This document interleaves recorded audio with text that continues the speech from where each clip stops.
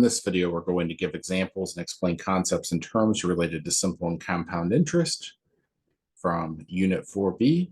Let's go ahead and get started. What is the difference between simple interest and compound interest?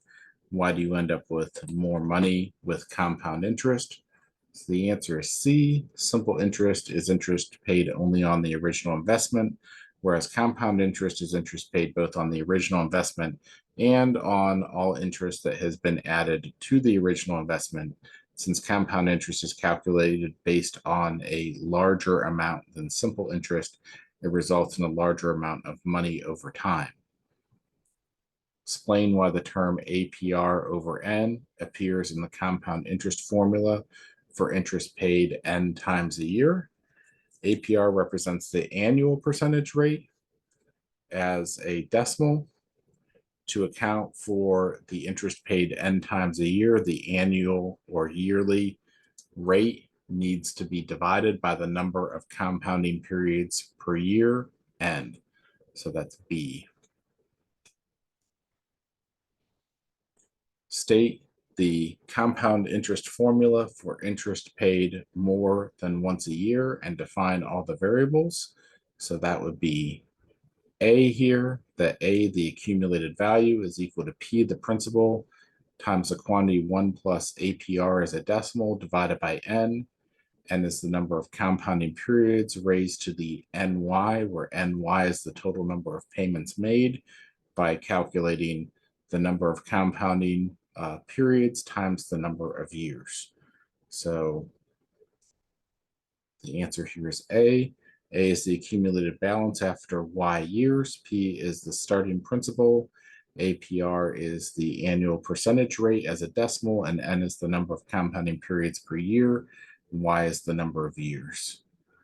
What is continuous compounding, and how does the APY for continuous compounding compare to the APY for, say, daily compounding?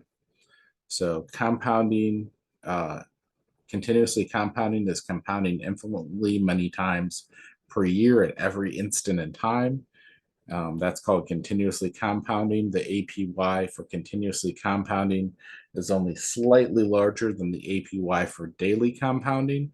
So the formula for continuous compounding is a special form of the compound interest formula. And if you want to understand that, it requires some calculus. So just believe us that this formula here turns into this formula here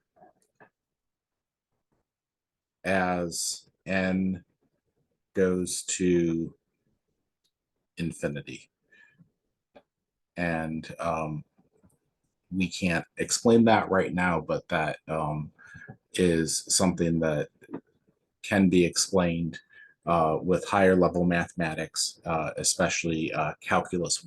Calculus 1 should be able to do that and understand how this has an E show up in the formula.